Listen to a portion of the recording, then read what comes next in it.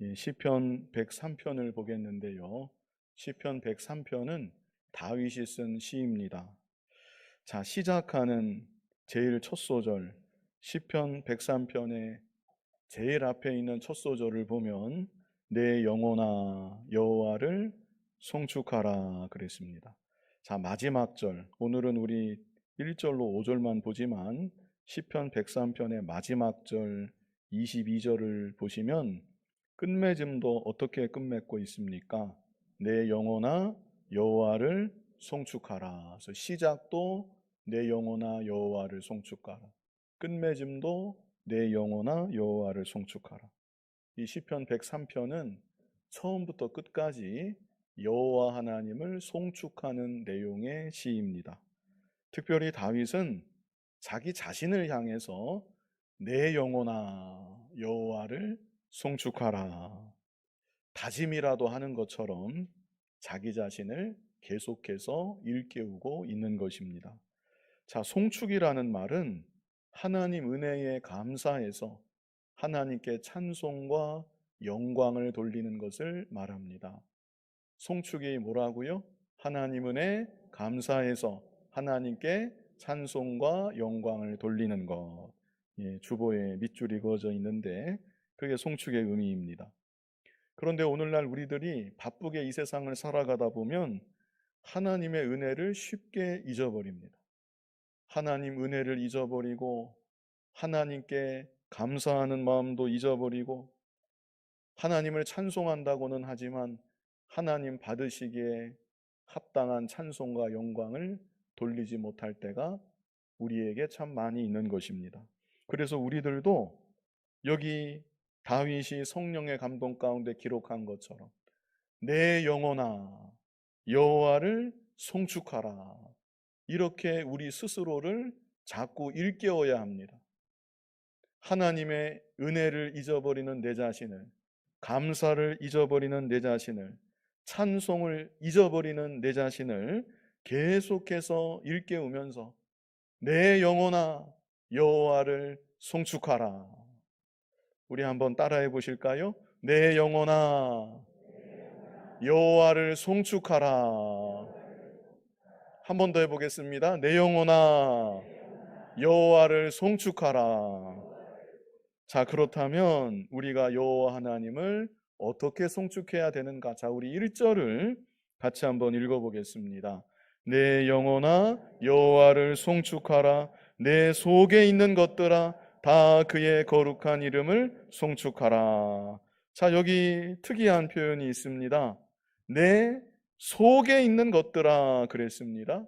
내 속에 있는 것들, 무엇을 가리키는 것일까요? 우리 안에 있는 내부 기관들을 말합니다. 심장, 간, 폐, 허파, 내장, 이런 기관들을 일컫는 것입니다. 그런데 그런 것들을 가리켜서 내 속에 있는 것들아 다 그의 거룩한 이름을 송축하라.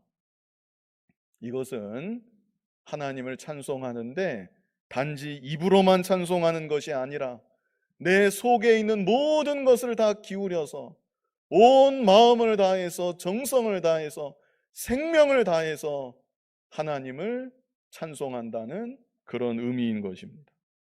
신명기 6장 5절을 보면요, 우리 잘 아는 구절인데요, 너는 마음을 다하고 뜻을 다하고 힘을 다하여 내 하나님 여호와를 사랑하라 그랬습니다.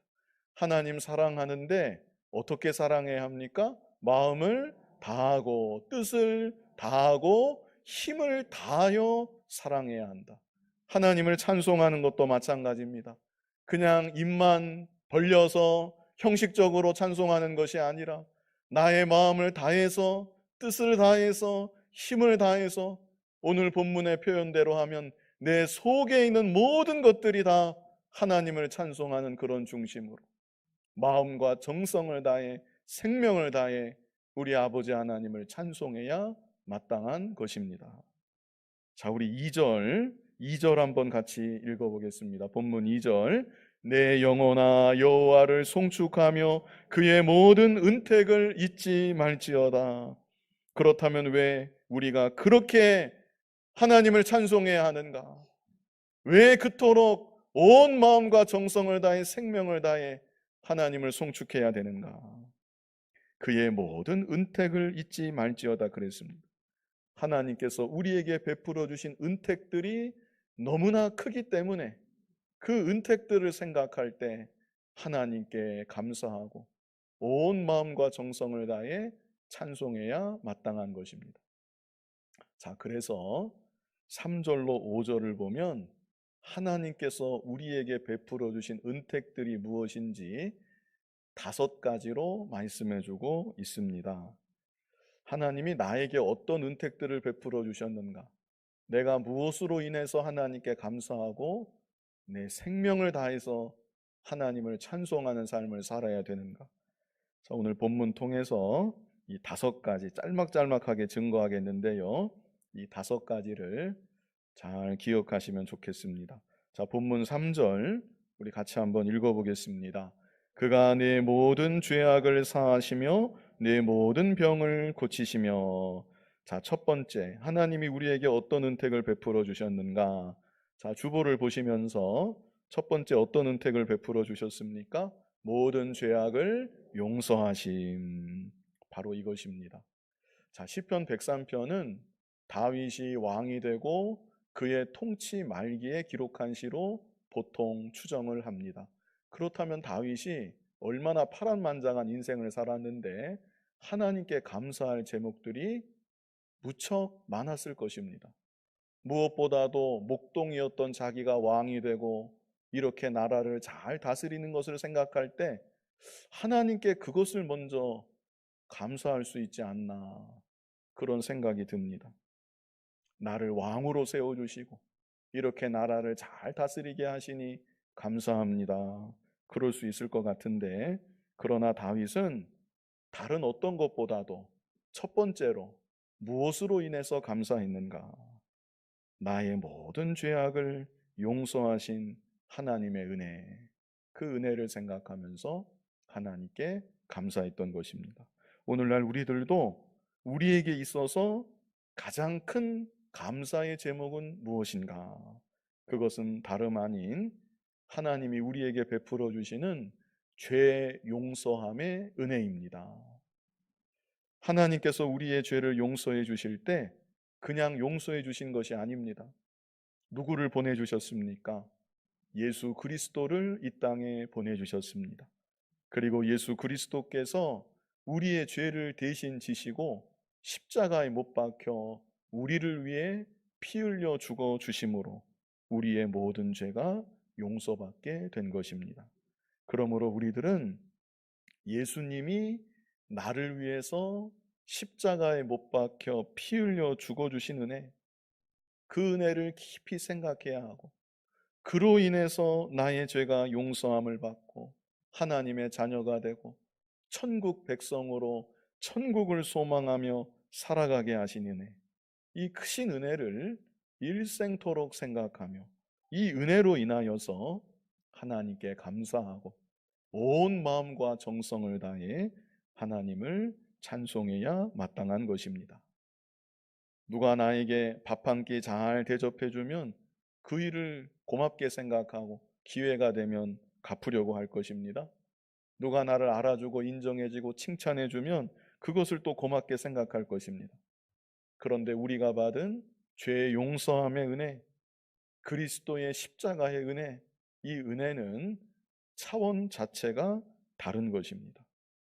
그러므로 우리들이 독생자의 보혈로 모든 나의 죄악을 용서해 주신 이 은혜를 생각하면서 내가 드릴 수 있는 최고의 감사와 최고의 찬송을 하나님께 돌려드려야 되는 것입니다.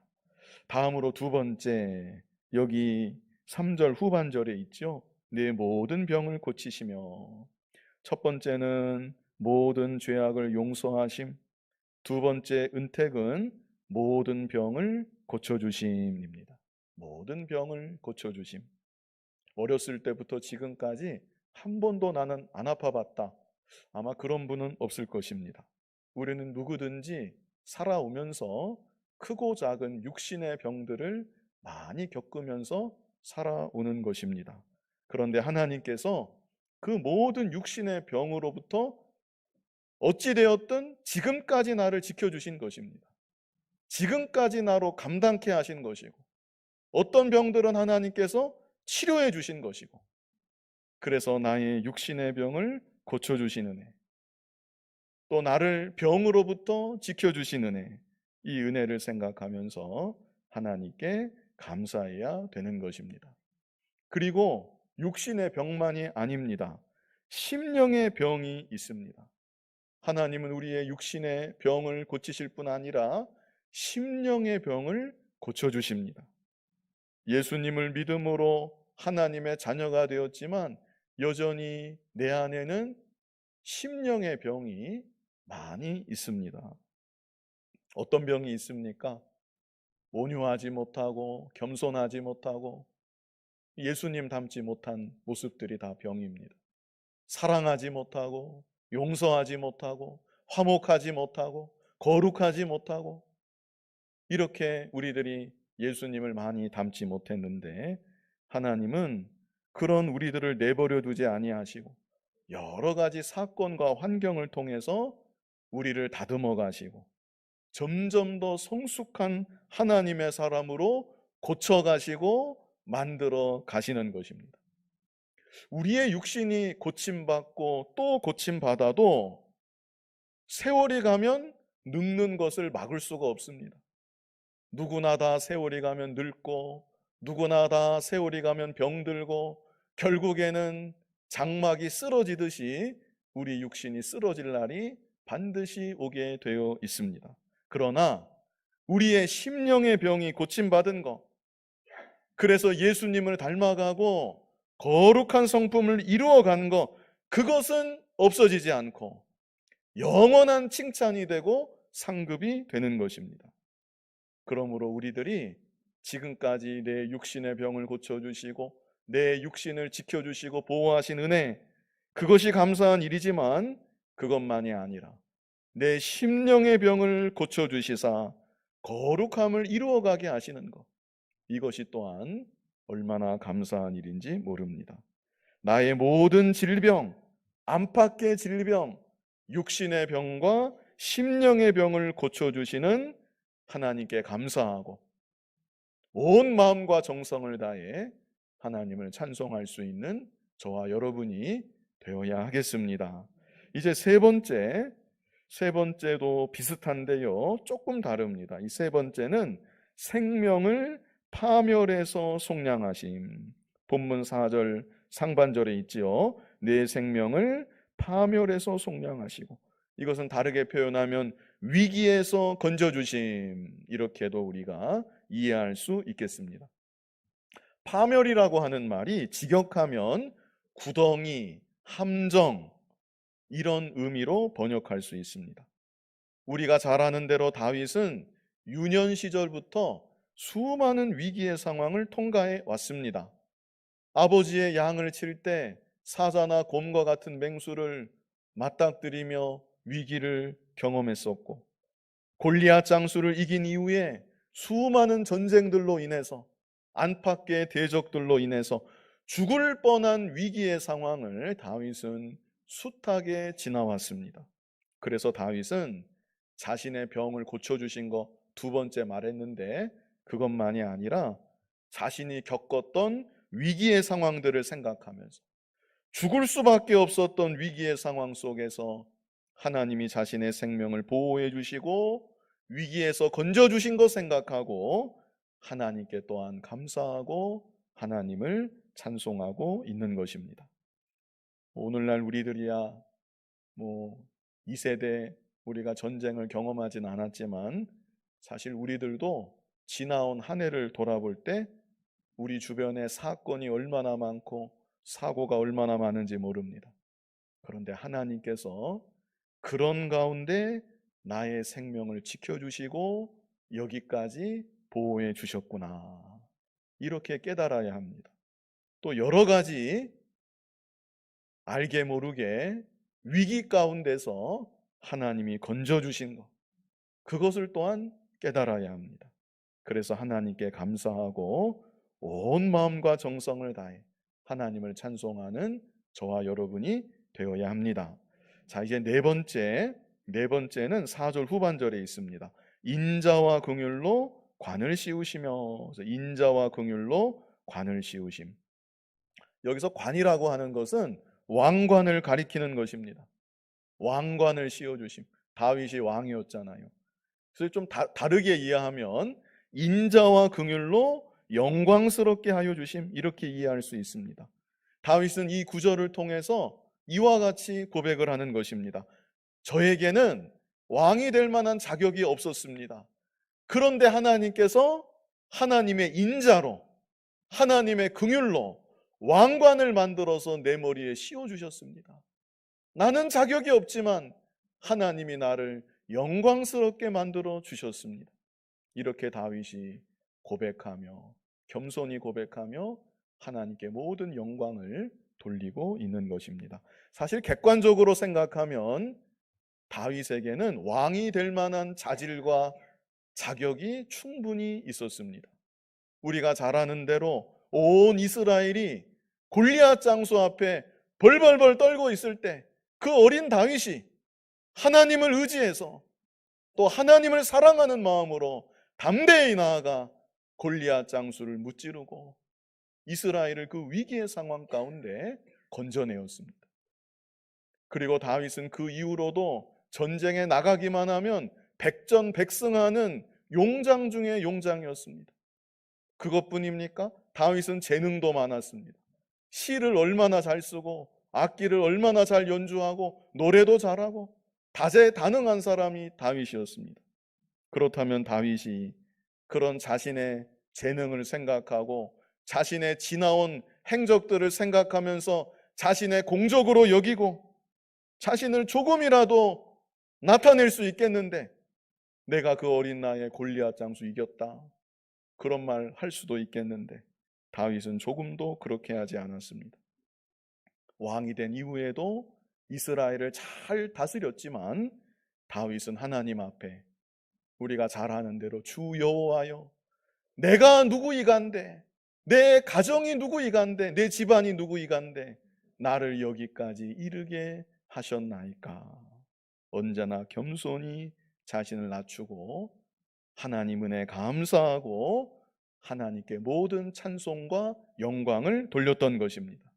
오늘날 우리들도 대단한 영광은 아닐지라도 무슨 일이든지 나의 자랑으로, 나의 영광으로 삼지 말고 오직 하나님의 은혜임을 알고 하나님께 감사하고 모든 영광과 찬송을 하나님께 돌려야만 되는 것입니다. 날마다의 일상에서 그래야 됩니다. 가령 학생이라면 시험 잘 봤다, 점수가 좀 올랐다, 그러면 하나님 인자와 긍휼인 줄 알고 하나님께 감사해야 되는 것입니다. 직장인이 일을 잘해서 성과가 있고 인정을 받는다, 사업하는 사람이 사업이 잘 되어간다, 마찬가지입니다. 하나님의 인자요 긍휼인 줄 알고 하나님께 감사하고 그 모든 일들로 인해서 지나온 한 해 동안 하나님 베풀어 주신, 이루어 주신 모든 일들로 인하여서 하나님께 감사하고 영광과 찬송을 하나님께 온전히 돌리는 저와 여러분이 또한 되어야 하겠습니다. 마지막 5번째는 본문 5절인데요. 먼저 본문 5절을 같이 한번 읽어보실까요? 같이 읽겠습니다. 좋은 것으로 내 소원을 만족하게 하사 내 청춘을 독수리같이 새롭게 하시는도다. 아멘. 마지막 5번째 은택, 좋은 것으로 소원을 만족하게 하심, 이것입니다. 좋은 것으로 소원을 만족하게 하심. 여기서 소원은 육신에 대한 소원, 또 영혼에 대한 소원, 육신적인 거, 영적인 거 다 가리킨다고 할 수 있습니다. 하나님 자녀된 우리들도 육신에 대한 소원을 가질 수가 있습니다. 육에 속한 욕심, 죄악을 말하는 것이 아니라 이를테면 내 육신이 좀 강건해지면 좋겠다, 이런 소원 가질 수 있습니다. 내 육신이 좀 강건해져서 하나님의 일을 좀 더 힘있게 감당하면 좋겠다. 우리 이런 소원 가질 수 있고요. 또 내가 하는 사업이 번창해 나갔으면 좋겠다. 그래서 선한 일에 더 풍성하게 잘 쓰임 받으면 좋겠다. 이런 육신에 대한 소원 우리가 얼마든지 가질 수 있습니다. 영혼에 대한 소원은 어떤 것이 있을까요? 내 믿음이 좀 더 자라나면 좋겠다. 내 믿음이 흔들리는 믿음이 아니라 어떤 환경에도 흔들리지 않는 견고한 믿음이 되면 좋겠다. 누가 뭐라고 해도 흔들리지 않는 믿음이 되면 좋겠다. 내 기도의 세계가 더 깊어지면 좋겠다. 내 인격이 예수님을 좀 더 닮아가면 좋겠다. 이런 것들이 말하자면 영혼에 대한 소원일 것입니다. 그런데 하나님은 육신에 대한 소원이든지 영혼에 대한 소원이든지 우리의 소원을 어떻게 해주세요? 좋은 것으로 만족하게 하여 주신다. 이런 하나님이십니다. 자, 시편 107편 9절 우리 같이 한번 읽어보겠습니다. 그가 사모하는 영혼에게 만족을 주시며 줄인 영혼에게 좋은 것으로 채워주심이로다. 아멘. 그래서 우리들이 간절히 사모하면 하나님께서 만족하게 하여 주시고 좋은 것으로 반드시 채워주십니다. 그런데 하나님께서 내가 원하는 대로, 내가 원하는 것을 그대로 채워주시는 것은 아닙니다. 본문의 말씀을 자세히 보시면 어떤 것으로 만족하게 하시는가? 어떤 것으로 만족하게 하신대요? 좋은 것으로 만족하게 하신다. 우리는 이 구절을 믿으면 됩니다. 좋은 것으로 만족하게 하시는 하나님. 때로는 그 좋은 게 내가 원했던 것이 아닐 수도 있습니다. 내가 원했던 것일 수도 있지만 그게 아닐 수도 있다는 것입니다. 그러나 시간이 가고 나면 나에게 정말 좋은 것으로 만족하게 하신 것이고, 또 시간이 갈 뿐 아니라 더 중요한 건 믿음이 자라나면, 믿음이 자라나고 다시 생각해 보았더니 하나님이 정말 나에게 가장 좋은 것으로 만족하게 하신 것이구나, 이렇게 깨닫게 되는 것입니다. 반드시 그렇습니다. 그래서 우리들이 믿고 고백해야 되는 것은 하나님은 사랑하는 자녀된 나에게 가장 좋은 것을 주시는 아버지 하나님이시라는 사실입니다. 우리 마태복음 7장 8절로 11절 우리에게 직접 주시는 말씀입니다. 우리 잘 아시지만 뜻을 생각하면서 8절로 11절까지를 같이 한번 읽어보겠습니다. 구하는 이마다 받을 것이요 찾는 이는 찾아낼 것이요 두드리는 이에게는 열릴 것이니라. 너희 중에 누가 아들이 떡을 달라 하는데 돌을 주며 생선을 달라 하는데 뱀을 줄 사람이 있겠느냐? 너희가 악한 자라도 좋은 것으로 자식에게 줄 줄 알거든 하물며 하늘에 계신 너희 아버지께서 구하는 자에게 좋은 것으로 주시지 않겠느냐? 아멘. 여기도 똑같은 말씀이 있죠? 구하는 자에게 무엇을 주신대요? 좋은 것으로 주시지 않겠느냐? 반드시 우리에게 좋은 것으로 주시는 아버지 하나님이시라는 것, 가장 좋은 것으로 만족해 하시는 하나님이시라는 것, 우리가 이 사실을 믿고 고백해야 되는 것입니다. 지난 한 해 동안 나에게 좋은 것으로 만족하게 하셨습니다. 앞으로도 나에게 좋은 것으로 만족하게 하실 하나님임을 굳게 믿고 바라보는 저와 여러분이 되어야 하는 것입니다. 자, 이어지는 여기 후반절, 본문 후반절이 남았는데요. 자, 후반절 마지막 소절이 어떤 소절이 있습니까? 내 청춘을 독수리같이 새롭게 하시는 도다. 이게 도대체 무슨 의미일까? 내 청춘을 독수리같이 새롭게 하시는 도다. 다윗이 이 시를 쓸 때 청춘이 아닙니다. 그런데 자기를 가리키면서 내 청춘을 독수리같이 새롭게 하시는 도다. 이게 무슨 의미일까? 자, 비슷한 구절을 이사야 40장 30절로 31절에서 찾아볼 수가 있겠습니다. 우리 같이 한번 뜻을 생각하면서 읽어보겠습니다. 소년이라도 피곤하며 곤비하며 장정이라도 넘어지며 쓰러지되 오직 여호와를 앙망하는 자는 새 힘을 얻으리니 독수리가 날개치며 올라감 같을 것이요 다른 박질하여도 곤비하지 아니하겠고 걸어가도 우리 다시 읽겠습니다. 자, 30절부터 31절까지 다시 30절부터 31절까지 이어서 우리 같이 읽겠습니다.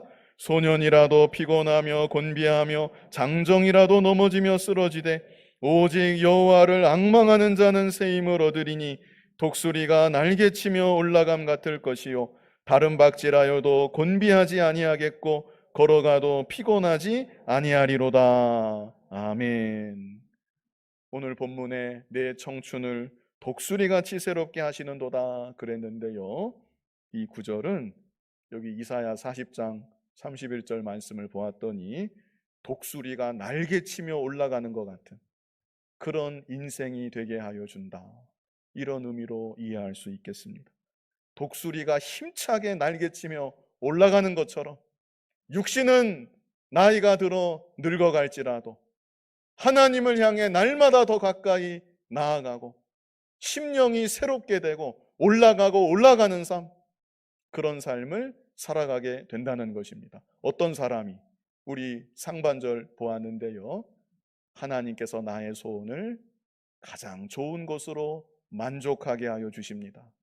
이렇게 믿고 하나님을 바라보고 의지하는 자, 독수리같이 날개치며 올라가는 인생이 되게 하여 주신다는 것입니다. 자, 이 시간 내 영혼아 여호와를 송축하라, 이런 제목으로 본문 말씀 보았습니다. 일단 제목을 잘 기억하시면 좋겠고요, 우리들이 우리 자신을 일깨우면서 내 영혼아 여호와를 송축하라, 하나님 은혜를 잊지 말고 하나님께 감사하고 온 마음과 정성을 다해 하나님을 찬송하며 살아가야 되겠는데, 오늘 본문을 통해서 하나님이 우리에게 어떤 은택을 베풀어 주셨는가, 우리가 찬송할 제목들이 어떤 것들이 있는가, 우리 본문을 통해서 5가지를 보았습니다. 우리 제목을 같이 읽고 이 시간 마치도록 하겠습니다. 첫 번째, 어떤 은택입니까? 모든 죄악을 용서하심. 두 번째, 모든 병을 고쳐주심. 영적인 병, 육신의 병. 자, 세 번째, 생명을 파멸해서 속량하심. 위기에서 건져주시고. 네 번째, 인자와 긍휼로 관을 씌우심. 영광스럽게 하여 주심. 마지막 5번째, 이거는 다 포함되는 겁니다. 우리 같이 읽겠습니다. 좋은 곳으로 소원을 만족하게 하심. 이런 하나님의 은택들을 잊지 말고 하나님께 감사하고 온 마음과 정성을 다해 하나님께 찬송과 영광을 돌리는 저와 여러분 될 수 있기를 간절히 바랍니다. 거룩하신 아버지 하나님, 우리에게 많은 은택들을 베풀어 주시오매 감사합니다. 쉽게 잊어버리고 감사를 잊어버리고 찬송을 잊어버리는 우리들, 내 영혼아 여호와를 송축하라 말씀하신 것처럼 내 영혼을 일깨우며 하나님께 감사하고 찬송과 또한 경배로 하나님께 영광 돌리는 우리들 모두가 되게 하여 주옵소서. 예수님 이름으로 기도하옵나이다. 아멘.